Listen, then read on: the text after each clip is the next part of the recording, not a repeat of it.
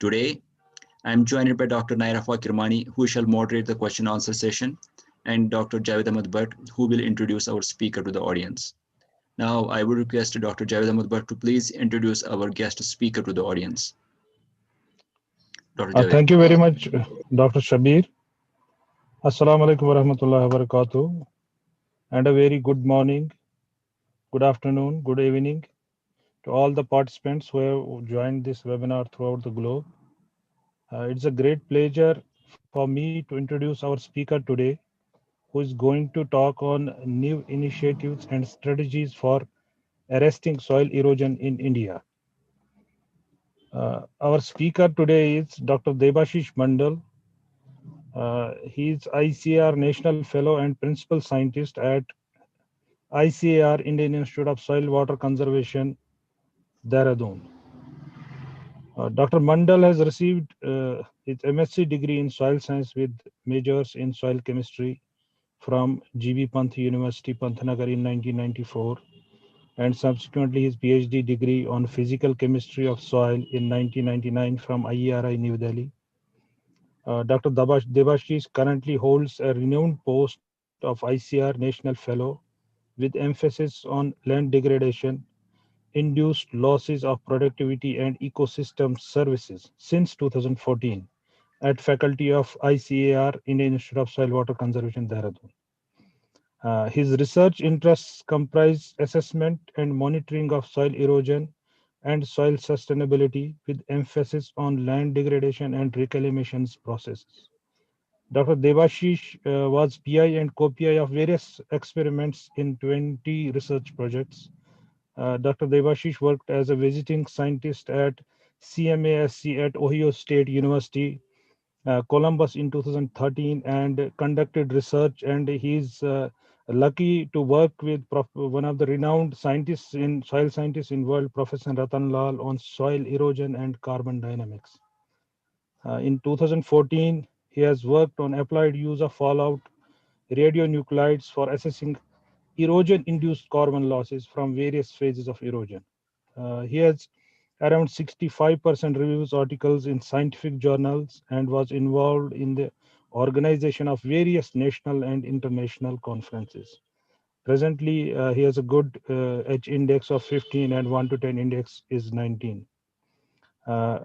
Debashish has a good number of research publications also with 65 publications, out of which 20 with NAS rating above 4 and 15 with NAS rating above 8. And he has also written original 5 books and 5 edited books to his career. And he has also got 2 patents, one from Government of India and another British Society of Soil Science. Dr. Debashish has been awarded nationally and internationally. He has got a lot of awards from as ICR National Fellow in 2014, Dr. B.C. Deb Memorial Award by Indian Society of Indian Science Congress Association, Department of Science and Technology, CSAR Associateship Fellowship, Fellowship by West Bengal Academy of Science and Technology, Dr. K.G. Tejwani Award 2010-11 for Management of Natural Resources by Indian Association of Soil and Water Conservation. And she has got also fellowship by Indian Association of Soil and Water Conservation, Dehradun. And he has a policy paper, paper 88 of NAS on National Academy of Agriculture Science on mitigating land degradation due to water erosion in 2017. Ladies and gentlemen, please join me in welcoming Dr. Debashish Mandal. Dr. Debashish Mandal, we welcome you wholeheartedly in this webinar from Sukast, Kashmir. You are welcome.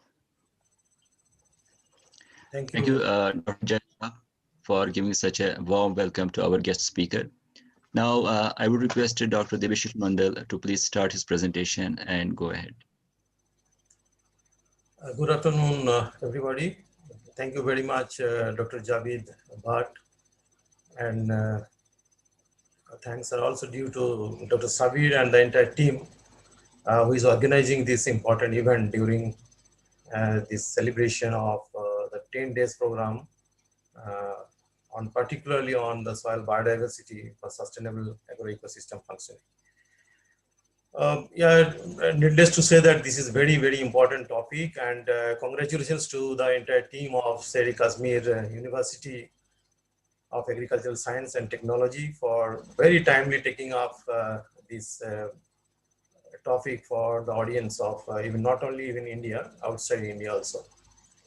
Thank So you. I'm very happy to be over here to share my knowledge, mainly for the knowledge which I have gathered last 20 years on the important issue of soil erosion and how the soil erosion can be arrested by the new initiative and the strategies which is going on in India and abroad also. I'll try to touch some of the initiatives taken in the world and the global scenario.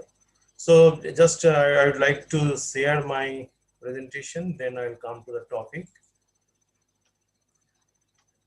Yeah, yes.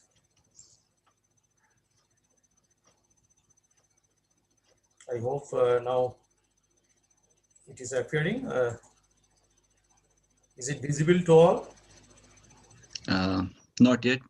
Yeah, Yes. it's visible now. Full view is appearing? Yeah, Okay, Mm. fine. fine. So this is actually that the main theme area of this topic is the agroecosystem functioning. So soil is very important component of agroecosystem. Uh, it may be the nutrient cycling, it may be even the partitioning or regulation of water within the soil and below the soil, that is up to the ground level, groundwater.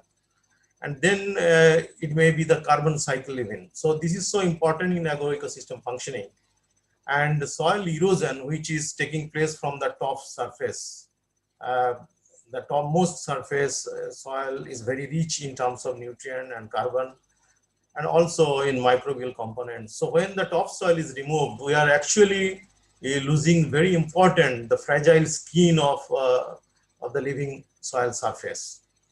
So the issues and challenges today is very, very different from the yesterday's years. Uh, our emphasis was just to meet the demand of the food for the growing populations. But today, we cannot just even think only just to meet out the food production, but also we have to take care of our environment and the land degradation problem. So during the Green Revolution, you all know that the intensive use of fertilizers, then irrigation, created a lot of the problem in the soil, in the water, and in the environment. So that problem is now so much that we are getting a declining trend in spite of even the higher inputs of the fertilizer and irrigation. So we are not able to maintain the food production.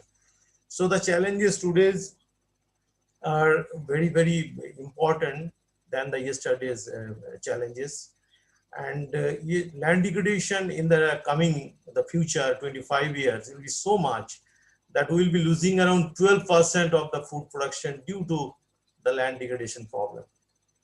And in many places in grasslands also we'll be losing somewhere near 4 to 5% of the biomass productivity in the grasslands. So maybe the agricultural crops or the grasses, the pasture lands. So because of that, the food price will increase about 30%. That will create a lot of the problems, the conflicts among the human beings, migration. Then even the world peace will be disturbed because of land degradation. There are a good number of studies on that particular issue. The social issues, political issues will be also affected because of the land degradation, which is the future projection. The main focus here is that if we want to manage the land, so without measuring land quality and quantity, it is very difficult to manage. So that's why the first and foremost thing is that we have to measure. The credible data set we have to create, that how much area is affected by the how much quantity of the use. And my topic, of course, I'll be trying to just restrict myself on erosion only. Because land degradation doesn't mean only erosion, but my focus is erosion. So the quantity and quality of soil, which is affected by the soil erosion, that measurement with credible data sets is very, very important. And another important thing, of course, this is from Dr. Ratan Lal, where I got the opportunity to work with him in the beginning. Dr. Bhatt has mentioned that I got the opportunity to work with Dr. Ratan Lal. He always says that there is no silver bullet. There is no miracle that the soil will respond overnight. And the problem is soil, the 1-inch soil is created by thousands of years. Many of you are aware that soil formation is a very, very slow process. But this 1 centimeter, even more than 1 centimeter soil can be washed away even by a single day rain. So that is a big problem. And once this topsoil is removed, the quality of the soil, that ecosystem services provided by this topsoil cannot be restored by even 10 or 20 years. That is a big challenge. So this good soil quality is an integral part of soil sustainable agriculture. We all understand that. Now, another important point is the stop and reverse the seriousness of this threat, how that can be done. Our objective is not to stop zero erosion, because erosion is a natural process. Erosion has some benefits in the ecosystem. It should happen, but it should not happen above the natural rate of erosions. So if erosion is happening within the natural rate, then it is most welcome. But if it is exceeding that limit, then we have to be very, very careful and bring the soil loss within the permissible limit. So that also I'll give the emphasis on that, how the soil loss tolerance limit can be determined and what are the strategies and the technologies available which can help in agricultural conditions, in under the cropland conditions, to bring soil loss within the tolerance limit. You know that this land degradation neutrality, which was evolved during the Rio 20 plus, that is 2012, because the Rio Earth Summit happened in 1992. During that period itself, that the concept of sustainability came into being, and land degradation problem the last 20 years, means the after the first this Rio conference on this Earth Summit, after 20 years of the first summit, they again they monitored and evaluated that the land degradation is really a serious problem, and it has an impact on society, it has impact on economics, it has impact on the environment. So altogether the land degradation neutrality came, and Government of India also targeted during the COP14 that we have to achieve from India land degradation neutrality for about 26 million hectare. And this 26 million hectare area is mainly in the forest areas for about 21 million hectares, and 5 million hectare is outside forest, including agricultural land. So whenever we are talking about the arresting soil or the conserving the soil, then this particular exercise, that assessment of soil erosion and its impact of the conservation measures, mainly is constrained by the lack of information, and that too in geospatial forms. So if we know, as I just in the previous slide, I said the Government of India has taken a target of 26 million hectare. But as on today, we don't have this spatial, geospatial data, where these 26 million hectares are. It is not identified in geospatial form. That these are the areas where we have to give the emphasis, and we have to achieve land degradation neutrality. And some informations are available, even harmonized data is also available, but the credibility of that data is always a question mark. So that soil water conservation technologies, this has the potentiality not only to bring the soil ecosystem services, but also the concern in the global level, that is water scarcity, land use conflicts, and biodiversity conservations are also directly related with the soil and water conservation. So this is very important. And in a broader perspective, if we look, there are DeepSire, DPSIR. DeepSire is the driving force. We all know the driving forces are natural driving forces. Of course, we don't have the control on the natural forces. Maybe that very severe climatic happenings, or the very the drought, or sometimes the cyclones or heavy storms, we don't have much control on the natural drivers. But anthropogenic drivers, because of exploitative nature of the human being and the biotic pressure on the land and water, which is creating the more of the soil loss, then declining of biodiversity, then quality losses in terms of the soil, and water quality is also compromised. Then soil fertility level is declining, including carbon and all other elemental things in the soil. Then a lot of toxicity is also happening, pollution and other things. So these pressures actually is disturbing the ecosystem functioning of that the fragile soil surface. And these states, we would like to know that what is the functioning capacity and the asset value. So like, for example, in erosion, we would like to know where the slightly eroded, moderately eroded, or severely, very severely eroded, or in terms of quantity, where soil loss is how much, maybe 5 tons or more than 10 tons or more than 40 tons. Like that is the state of the problem, of land degradation problem. Then it has a definite impact, of course, on crop productivity, biomass loss, productivity, then ecosystem services, and the water bodies, the eutrophication as a whole environment. Some of the carbon is coming when decomposition is very fast. Because of erosion also, the rate of decomposition of carbon is very high, and it is coming in the form of carbon dioxide and creating global warming. So this greenhouse gases is also one of the factor which is coming from this land degradation problem. And the responses is mainly by the human beings in human governance and the institution which is taking care to mitigate and the adaptation of this problem. So the entire DeepSire data set we have to create if we really would like to bring our soil in a very stable state, in a very neutral state.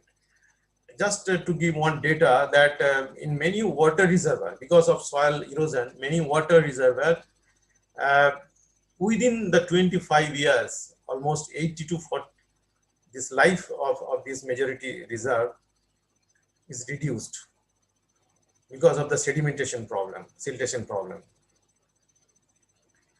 So main focus is that sustainable land use and soil management. There are two important things. One is risk management, another is crisis management. So risk, when we know that how much is the preparedness, and if we have the early warning, then we have to be very careful, and accordingly we have to decide the soil conservation measures. Then what are the prediction and forecasting in terms of the climate change, whether we have the tools and techniques to predict the severity of the problem assessment. And then prevention. The prevention is definitely better than cure. So what preventive measures can be taken so that the land cannot be degraded further? And if it happened, then what is the crisis management?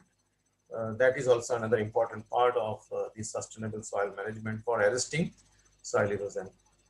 So if we look into the history, it gives us a lot of lessons that many once flourishing and thriving civilizations, maybe the Mesopotamian civilizations or the Indus Valley civilizations, or it may be even Roman civilizations, these all collapsed because of the mismanagement of the soil.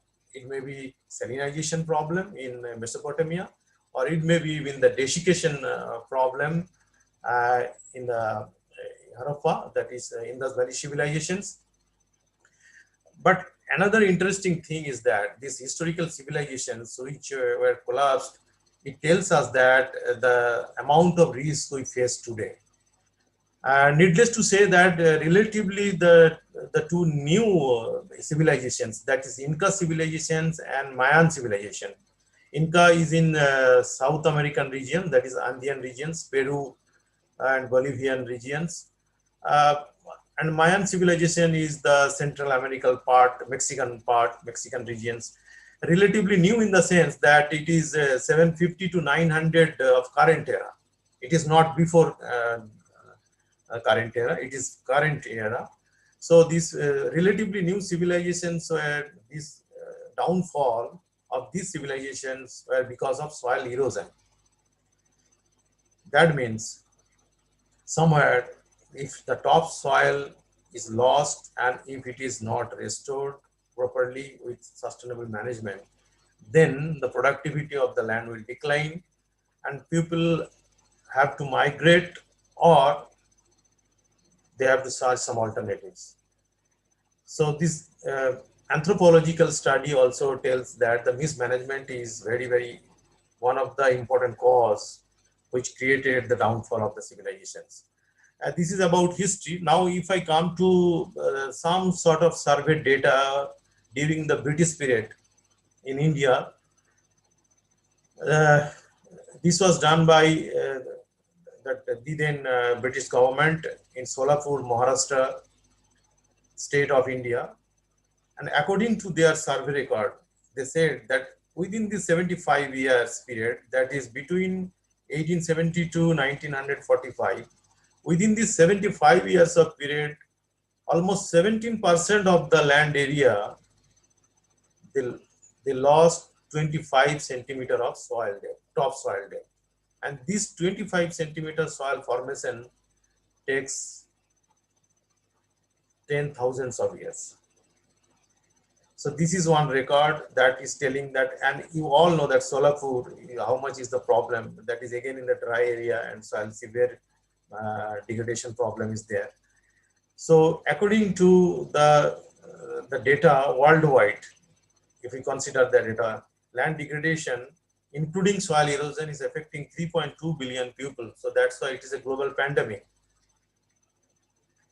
Now, just I'll give some the overview that if in undisturbed conditions where natural conditions are there and erosion is taking place at natural rate of erosion, worldwide data says that the natural rate of erosion should be less than 1 or somewhere between 1 to 2 tons per hectare per year. So annual soil loss should not exceed 2 at any cost. So they consider it as a natural soil erosion rate. If that is there, and when the elements and the carbon is recycled back within that closed cycle, then it is maintaining a stable soil depth and the profile formation is going on. So that is maintaining the nutrient cycling, water cycling. And again, I'll quote Dr. Ratan Lal that he says that soil is the only place in this universe where death is converted to life. All these dead materials, this organic matter, crop residues, if you just throw to the soil, that will be converted to life. But in domesticated soil, where we are doing agricultural practices like crop production or grassland, there these losses are more than the gain. So the balance is disturbed. And over a period of time, if the erosion problem is there, so topsoil will go down and the subsoil will come to the surface, and subsoil is not very good, very productive in terms of carbon, in terms of nutrient, in terms of microbes. So that relatively infertile material in the subsurface will come to the soil, which will not that much productive. So in domesticated soil, because of these losses which are more and this balance is not maintained, so quality wise these materials are not very good as it is available in the original cases. So that's why we have to be very careful to protect and conserve this topsoil. So now I am just giving one real example from Uttarakhand, that is in Himalaya, middle Himalayan part of western, northwestern part of India. So this is in Garhwal, Himalaya, and you can just see the impression in the background. This impression shows that once there were cultivation in the terraces. These are terraces. So this terrace land now nobody is cultivating, it is completely abandoned. So we collected the data through social survey, some old persons, they said some 50 years back, it was very, very productive. They used to grow some potato even, but now this land is abandoned. My question is whether it is 40 tons or 80 tons per hectare of erosion. That is not a question. Question is, even if it is millimeter of soil erosion from 1 hectare area, just try to realize how much volume of soil we are losing. Even through 1 millimeter, 1 hectare area, it is about 15 tons of soil. And this 15 tons soil, if it is eroded, on an average, I am not giving that very productive soil. The average soil will lose some 225 kg of carbon, 24 kg of nitrogen, then around 1 to 2 kg of phosphorus, and 11 kg of potassium. So just to replace this thing, this carbon and NPK, we may require some 2,500 additional cost just to replace this loss of nutrient. If we want to replace carbon through FIM, similarly, if we would like to replace this nitrogen through urea and so on, so this will be costing around 2,005 Indian rupees. That is the additional to maintain the these losses. So I was talking about that harmonized data of the degraded lands in India. So all total, including water erosion, wind erosion, then chemical degradation due to soil acidification and salinizations, other problems like your mining and industrial waste. Altogether, there are 120.72 million hectare area is affected. Out of this, under cropland condition, arable condition, 73.27 million hectare is affected by water erosion, where erosion is more than 10 tons per hectare per year. And in the open forest area also around 9.3 million hectare is affected by water erosion. It is not always true that the forest means there is no erosion. Forest, even the degraded forest, is causing a lot of erosion. And if it is in the slopey region, it causes very, very severe erosions. Only dense forest where sufficient plant cover is there and soil surface is well protected, their erosion is not a big problem. Otherwise, in degraded conditions, even in the slopey areas where forest is seen, erosion is a big problem. So out of all 120.7, almost 83 million hectare is affected by the water erosion problem itself. And similar situation is there in the world level, and there is a projections, of course, by 2090, so almost by the end of this century, what will be the scenario of soil erosion. Everywhere, every continent, there will be the increased level of erosion, and it is somewhere 13% on an average in the world level. And in African countries, it will be around 36.3% more erosion problem. In Asian countries, it will be around 18% more. And this will be the rate of erosion, in the total rate of erosions in terms of million tons. 10 to the power 6 megagram means in terms of million tons. And because of this problem, there is also a projection that we may lose some 2.5% of the cropland because of this increase of soil erosion. And apart from this cropland, we may lose where the productivity is going on, around 18% yield loss will be there because of this increased level of erosion.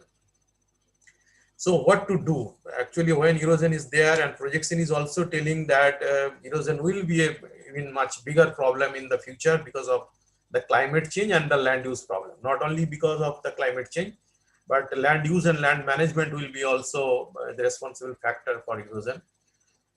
So first and foremost thing is that we need to know that how much is too much. That is the permissible limit of erosion. So we have developed, of course, I cannot say that this is very, very highly scientific, but it is a scientific assumption, you can say.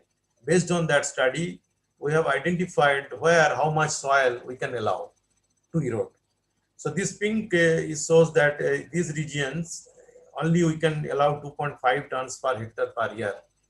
And this is within India, it is about 24.24 million hectares. Then this color, maroon color, is around 5. There we can allow only 5 tons per hectare per year of soil loss. Likewise, the green color, it is coming 12.5. So here soil, you can understand the Indo-Gangetic, this is plain regions, and soil erosion is not a much problem, and depth is also very high. So soil depth is very high and uniform level of deposition is there. Soil regeneration capacity is very fast under intensive inputs management system. So there we can allow even 12.5. So at any cost, it may be ranging from 2.5 to 12.5. We should not exceed 12.5.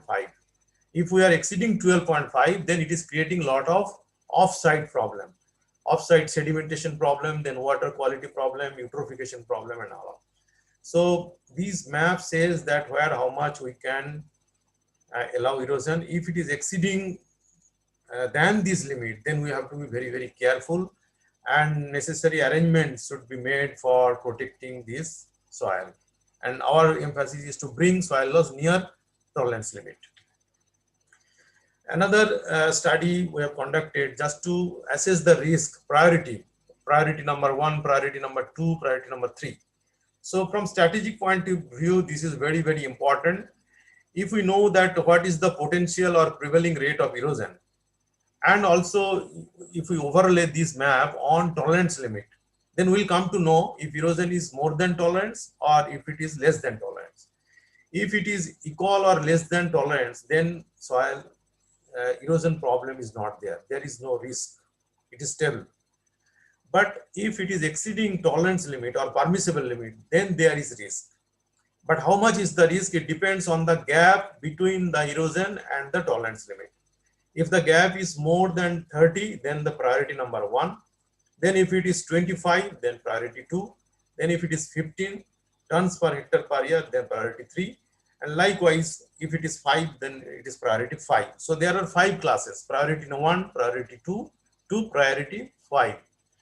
And according to these prioritizations, this map also we have generated, and this is in geospatial distribution. So you can see the red dots, red points, these are priority number 1. And likewise, if you go to green, that is priority number 5.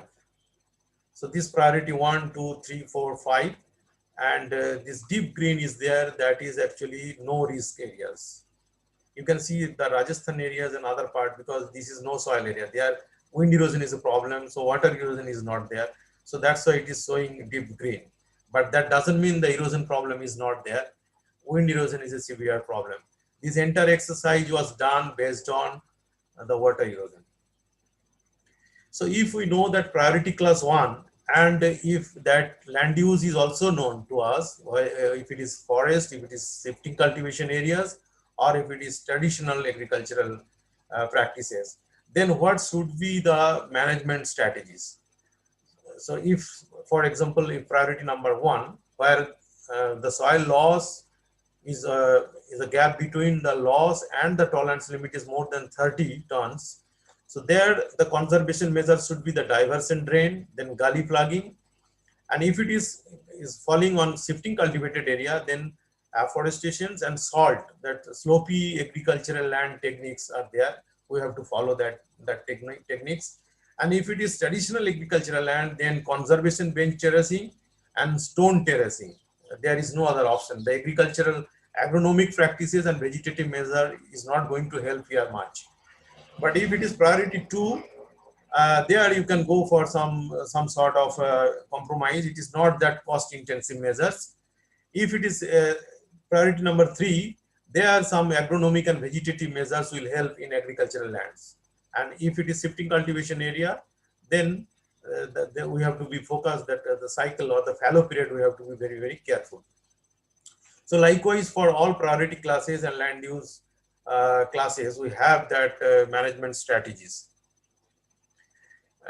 Now the question is that when we know the erosion problem and at the same time we know the soil regeneration rate or soil formation rate, then the benefits of the conservation measure, just I would like to give the research data globally, and also we have done some limited research in India. So there you can see the sample size based on around 448 sample size. If it is conventional agricultural at global level, so there is a net loss of soil formation. So that's what the balance is not maintained and it cannot be sustainable. Agroecosystem functioning cannot be maintained for a long run if this conventional agriculture is going on without conservation measure. Likewise, in India also, even it is very, very severe than the global data. So there is a net soil loss than the soil formation. Just if we go for conservation measures, some conservation agriculture or some vegetative measures or even some agronomic measures like intercropping, residue management, cover cropping, all these things, then it is coming to very near to zero. So it is maintaining a balance. In vegetative, natural vegetative condition also there is a gradation rather, it is a plus side. So soil development is there. And in cultivated fallow condition, the situation is very, very severe. So if some conservation measure is taken care of, maybe agronomic and vegetative measure as well, it is maintaining a stable soil, the functioning as well as the quantity and quality of soil improvement is there. So the new initiatives which is being taken place in our institute particularly, that is Indian Institute of Soil and Water Conservation, we are trying some newer methods of cesium 137's radioactive applications for studying erosion. And just explain that in this method, if we have one reference site which is more or less plain land and some cover is there for the last 40 years, there is no disturbances. So if we collect two sites, one is eroded site, another is reference sites, and go for incremental profile-wise sampling, then we can create the cesium inventory. And by comparing the cesium inventory, there is some calculation with the help of some model. We'll come to know how much is the erosion problem. And not only that, if the present erosion problem, we can also just assess that how much erosion has happened in the past 30, 40 years as well. So based on this environmental tracer, it is already there in the environment, cesium 137. So with the help of this cesium 137, we can even assess the soil loss. And in our validation, where we are actually measuring erosion and also trying the cesium, we have compared, and our data says that it is very good. Efficiency of this practice is more than 80%. So now if we go for this vegetative soil water conservation measures and agronomic soil water conservation measures, what are the main benefits in terms of agroecosystem functioning? See, when there is some coverage, like even cover crop or some green manures or even the residue is used as a mulch, then surface roughness is increased. Rain splashes are very less, runoff velocity will be reduced, so the accumulation will be more and infiltration will be more. If some plants are there in the form of some perennial crops are there in between, then these roots are there permanently, and roots inputs are added in terms of the carbon and microbial environment. It is very, very favorable. So all these functionings of the vegetative measures in terms of soil aggregations, bio-nutrient fixation, the infiltration rate, all benefits are there because of these vegetative and agronomic soil water conservation measures. These measures always we may not get from the structural or engineering conservation measures. So up to certain slopey level where erosion is maybe around 20 tons per hectare, and we can bring the soil loss within tolerance by using vegetative measures like hedgerow cultivation, grass barriers, strip cropping, and agronomic measures. So that's why we have to search the nature-based solution wherever it is possible. We have to go for these natural conservation measures because it is directly helping for getting and improving the ecosystem services. So that's I would like to highlight one research findings. When we are growing the maize crop, in between two rows of maize, you can see a lot of space is open. So there, this space is open. So during the rainy season, and we grow maize mainly during rainy season here in India, and particularly in the hilly parts in the Himalayan, northeastern Himalayan regions. So there a lot of erosion is taking place in these row crops, and plant cover is not fully covered, so covering the surface. But in between these two rows of maize, if we grow sun hemp as a green manure, after 35 days, if we cut and add into the soil, then the total scenario is different. So just I'd like to see the wheat yield efficiency of these plots. In the control, it is 2.8 tons per hectare, but where 50-50 NPK and green manure is there, it is going very high. Then likewise, in 7-year experiment, it is our own experiment, the organic carbon level also is going high from 0.6 to almost more than 1.1%. So these benefits are there. Simple agronomic measures can do even the soil loss below tolerance. You can see here, in our case, tolerance limit is around 7.5 to 10 tons per hectare per year. So similar situations are also there from semi-arid regions of Telangana, where this practice was intervened by some residue applications. So conservation agriculture has a lot of scope for arresting soil loss and improving the ecosystem services. In India, because of erosion, how much is the carbon loss? Because everybody is talking about now the carbon emission, greenhouse gases, and contribution of erosion in terms of greenhouse gases. So this is also one of our finding, and the new database we can say, because earlier it was not available to extent for the country as a whole. So because of erosion, we are every year we are losing some around 5 petagram. PG is nothing but billion tons. 1 petagram is 1 billion tons. So around 5 billion tons soil is displaced, and this is displacing around 115 million tons. TG is teragram. So teragram is nothing but the million tons, 10 to the power 12 gram. So 115.36 million tons of carbon is displaced. Out of this 115.4 million tons carbon, 30% is coming into the atmosphere as a gaseous carbon dioxide. So that is also very, very high amount, around 34.6 million tons. So if we go for conservation measures like cover crop, strip crop, green manure, and vegetative strips, I said that 73.27 million hectare is affected by erosion.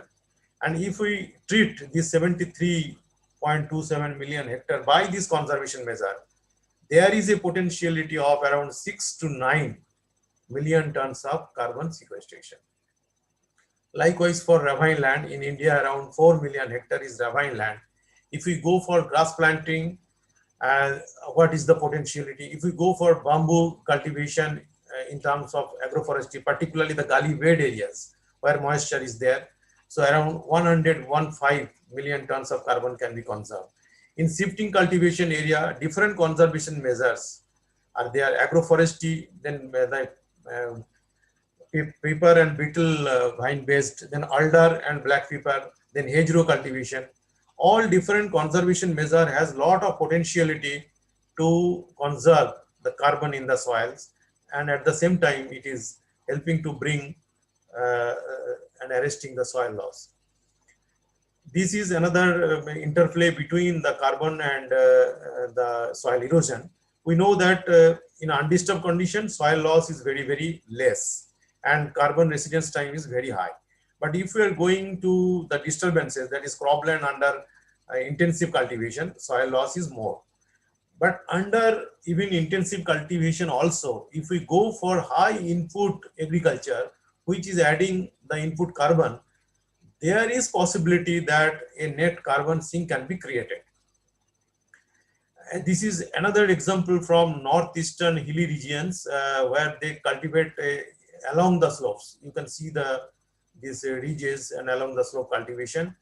They call it, it's a shifting, modified shifting cultivation. They call it boon, B-U-N, boon cultivation. And because of this cultivation, we are losing a lot of topsoil.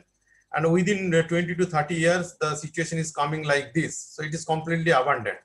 So this illicit farming should be stopped, and it is a national resources.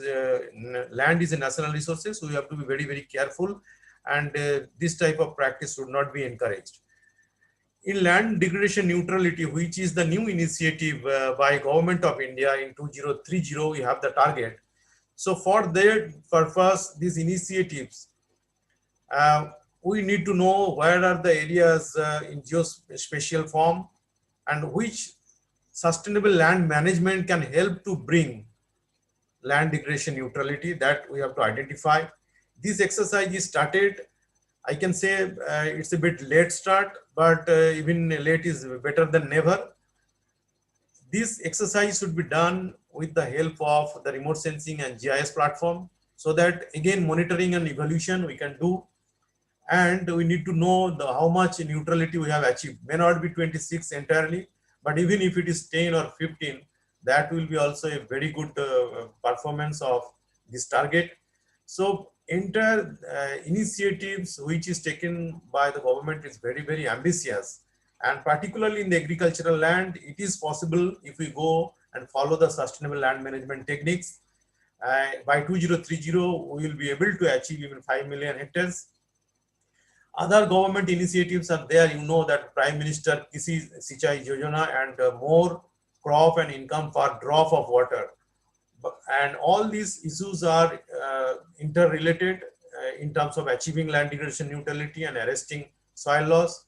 Likewise, some the initiatives are going on, and even the Manrega program, this the Government of India under this rain-fed area authority, they are also going to have some water harvesting program using the Manrega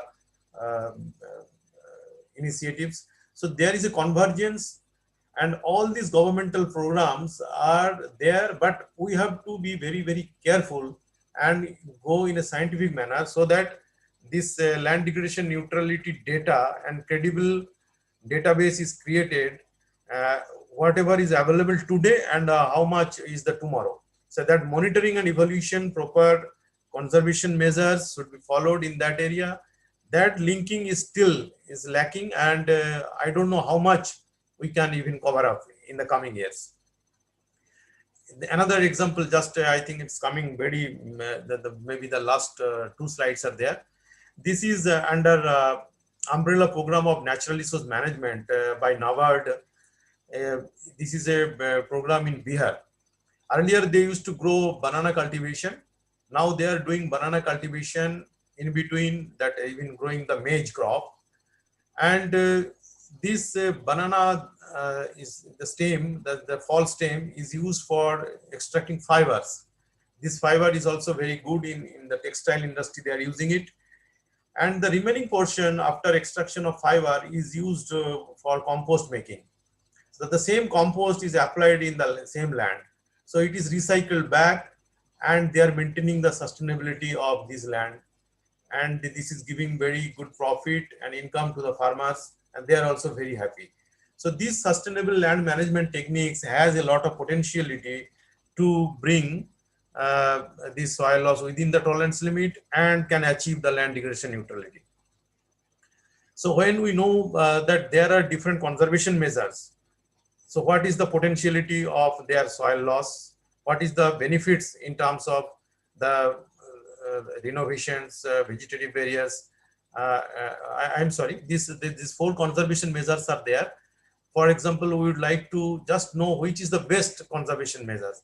So by comparing this multi-objective analysis in terms of soil loss, benefit, cost, and maintenance of these conservation measures, we can very easily come to know which is farmer friendly, which is the farmer's choice wise, which is the best one. And in terms of achieving soil loss within tolerance limit, which has the potentiality. So this analytical hierarchy will help to know and identify the best management practices. So I'm coming to just conclude that the poorly managed farms and degraded lands are ecological, social, and economic liabilities. In many places, it is creating the tragedy of commons. Soil possibility, I mean the possibility of carbon sequestration in various degraded lands can be achieved even by following the vegetative and agronomic measures. But there is some uncertainties and limited number of data sets are there. So we have to create very, very credible data set. Weighing importance of soil component for carbon sequestration and its stability, prediction of its stock over region will be useful for judging soil as to the potential sink or potential source. So there we need to know the marginal cost, otherwise it will not be effective. And now people are talking about carbon farming or carbon credit. So policy level, that lacking is still there. How much potential of soil is changed over adoption of different management by that followed by the farmers need to be assessed, not only for upkeeping of the soil health, but also just the curbing the land degradation. So I said that our recent one database is there. If we follow the conservation measures, that too the agronomic and vegetative measures, there is a potentiality of around 20 to 27 million tons of carbon sequestration, net carbon sequestration potentiality, and which is almost equivalent to 24% of the total greenhouse gas emission from agricultural soils of India, which is about around 94 TG of carbon. So thank you very much. This is all from my side. Yeah, thank you. Okay. You may end up your presentation. Yeah, this is end. Okay. So stop sharing your screen so that we'll proceed forward. Thank you, Dr. Mandal, for such a nice presentation. I second your thought, and I believe that there has to be a national project to spatially and temporally quantify the degraded soils at a very large scale and make it available in an interactive information system to the public. Now, I would request my friend, Dr. Nairafa Kirmani, to please share some questions if we have. Thank you, Dr. Shabir. So there are a few, 5 questions, but I would like to put one question like this by Puish Pratap.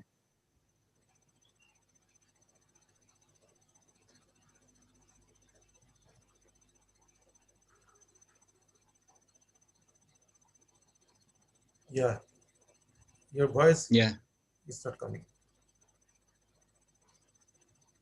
Dr. Nair? Yeah, hello.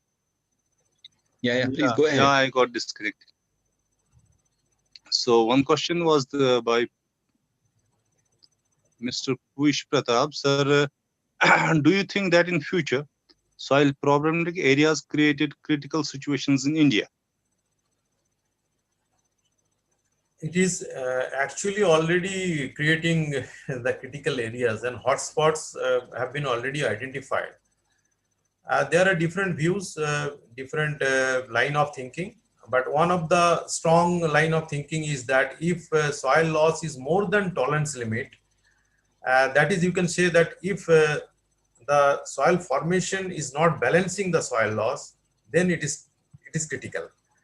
So I just wanted to share one slide that the plain areas, relatively the Indo-Gangetic plain areas, are relatively stable, where soil loss is not there, rather deposition is there, aggradation is there. And other places, almost everywhere, the tolerance limit is varying from 2.5 to 10, and Indo-Gangetic plain, it is 12.5. There are some areas in the Indo-Gangetic plain, even if it exceeds 12.5, that will be critical. Critical in the sense that not in terms of quantity, but because of this off-site problem.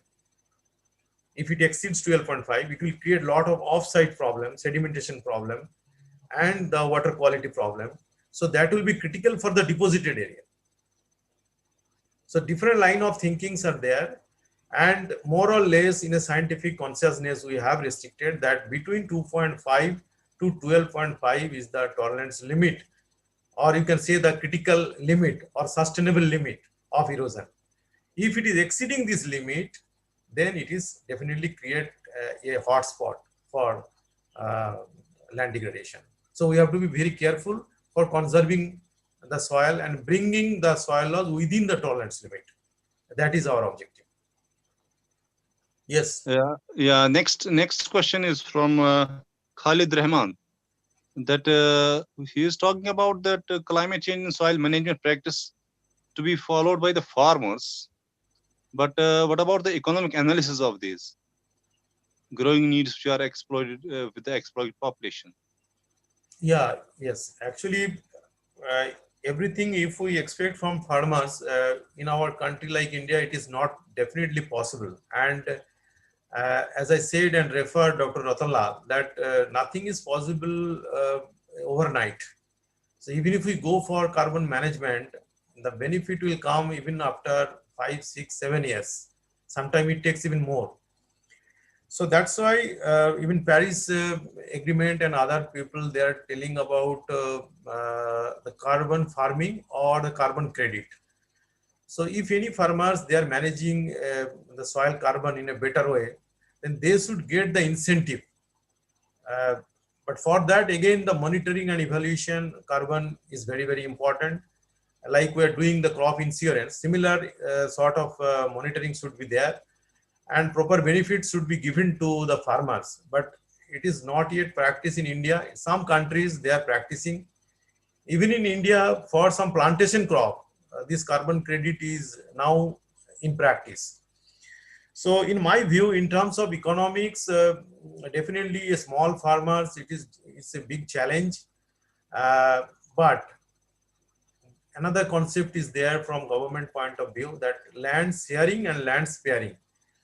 So where some pockets are there, some niches are there, we need to cultivate it very, very intensively, because that is very, very productive. But at the same time, some marginal lands are there, we should not disturb that land. We should protect that land as much as possible. So some common lands are there, some even panchayat lands are there. So that land should be 100% protected by the government policies, which is going on by Manrega and some other programs. It is possible. But for small farmer, yes, I agree that it is definitely an economic and income and food production uh, is a big challenge for small and medium farmers, until and unless we are not giving proper incentive. But thank you, it's a very good question. Yeah. Next question is from Naik Ziauddin Rahman. That once we are adding the organic matter, it's to mitigate soil erosion. But what about chemical soil conditioners or soil binders material? Has there been any significant impact of Apa yang these kat soil ni? conditioners Ani? or soil Oh, binding material? webinar. There were some studies on chemical soil binders like PAN and HPAN, polyacrylamides. Performance wise, this is good, but it is not cost intensive. It's very, very costly material. This chemical binding, which helps in soil aggregation and makes soil more stable, and checking the erosion, of course, and infiltration rate is increasing because of the application of these chemical bindings. But as it is not possible economically, there are some suitable alternatives like conservation measures, even crop residue applications, then applications of organic matter, recycling of organic matter, then growing green manures, cover crops. They are also helping to a great extent for achieving these ecosystem functions, which is giving like at par the chemical bindings. Yeah, it is correct that if the soil is disturbed, even after the application of this, then these benefits are not there. So we have to go for minimum disturbance of the soil. That's why perhaps this conservation agriculture is coming and people are talking about, because the disturbances we have created over the period, uh, it has come down when sometimes it is 60% less than the original level. So even if we are not going near original, and if we are thinking that the chemical application will help, it is not cost effective, so it is not sustainable. So rather we have to go for natural solution or nature based solution which is available, though the performance wise it is not as high as the chemical binders.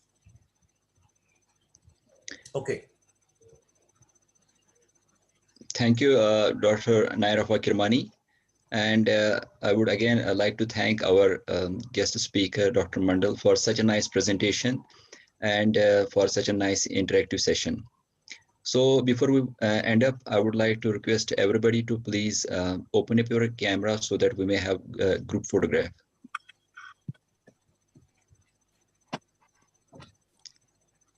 I request everybody please open up their camera.